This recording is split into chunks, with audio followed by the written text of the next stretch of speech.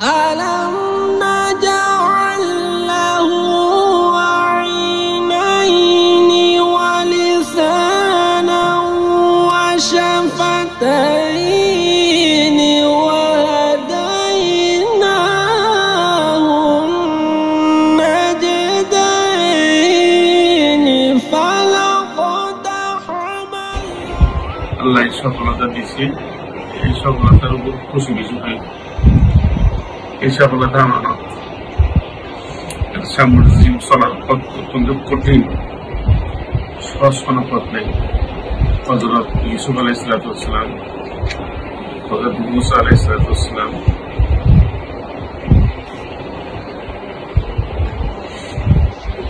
নবীগণের ইতিহাস যদি পড়ো দেখবা একটা সফলতা আসলে আরেকটা কঠিন পরীক্ষা আসবে, একটা সফলতাকে আরেকটা কঠিন পরীক্ষা আসবে।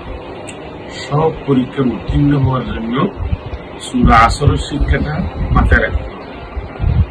সূরা আসরের শিক্ষাটা যদি মাথায় রাখা হয়, আল্লাহ তাআলা মানুষদেরকে অত্যন্ত বরকত দেন। আর সবচেয়ে যেটা গুরুত্বপূর্ণ বিষয়, মানুষ যখন দায়িত্বশীল হয়ে যায় তখন ইচ্ছে মতো চলার আল্লাহ তাআলা নিষেধ করেছে। আল্লাহ রাসূল ইচ্ছে মতো কথা বলতেন না, ইচ্ছে মতো চলতেনও না, যতক্ষণ না আল্লাহ তাআলা বলার জন্য হুকুম দেন নেই। এটি একটা মানুষের জন্য শিক্ষা। দায়িত্বশীল ইচ্ছা মতো বলতেও পারে, ইচ্ছা মতো মুখ করতেও পারে না, ইচ্ছা মতো যেতেও পারে না। এর জন্য হিজরতের সময় আল্লাহর ইচ্ছে হিজরত হয়েছে। এই জন্য আল্লাহ গায়ের খারাপ বৃত্তি, গায়ের শরীর কিন্তু আল্লাহ মাকড়সা দিয়ে দুশ্মনকে হেফাজত করছে। এই হিজরত যদি ইচ্ছা মতো হইতো আল্লাহ হেফাজত করবে। তাহলে বোঝা গেছে কি, মানুষ প্রত্যেকটি কাজের ক্ষেত্রে মানুষকে সতর্কতা এবং বিচক্ষণতা এটা অত্যন্ত অপরিহার্য কর্তব্য। আমি দেখেছি মরহুম শহীদ হযরত সাইদ ইসহাক রহমাতুল্লাহ তাআলা আলাইহি মসজিদ মাহফিলে যেতেন, 10 কদমে মসজিদে বাইতুল ইমারত থেকে সে মাথা চলে যেত, আমাদের দূর হইতে সে কদম দিত।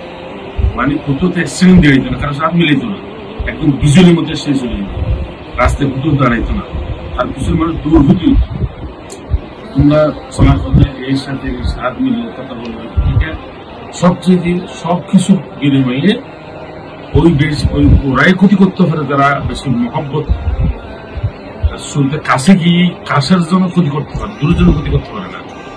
তাইলে আমাদের পরামর্শ থাকবে বাবা হিসেবে, আমাদের সকল দায়িত্বশীলদের প্রতি পরামর্শ থাকবে উদারতার সাথে সতর্কতা পরিহার অবলম্বন করা এবং সবচেয়ে সূরা আসরের শিক্ষা গ্রহণ করা। আল্লাহ তাআলার এই বাণীকে যদি আমরা অনুশীলন করি, আল্লাহ তাআলার সামনের পথ চলাকে আল্লাহ সুগম করবে এবং হেফাজত করবে, জান মাল ঈমান ইজ্জত তাদের হেফাজত করবে।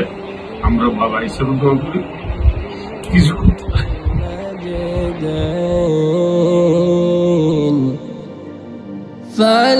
فلاقتحم العقبة وما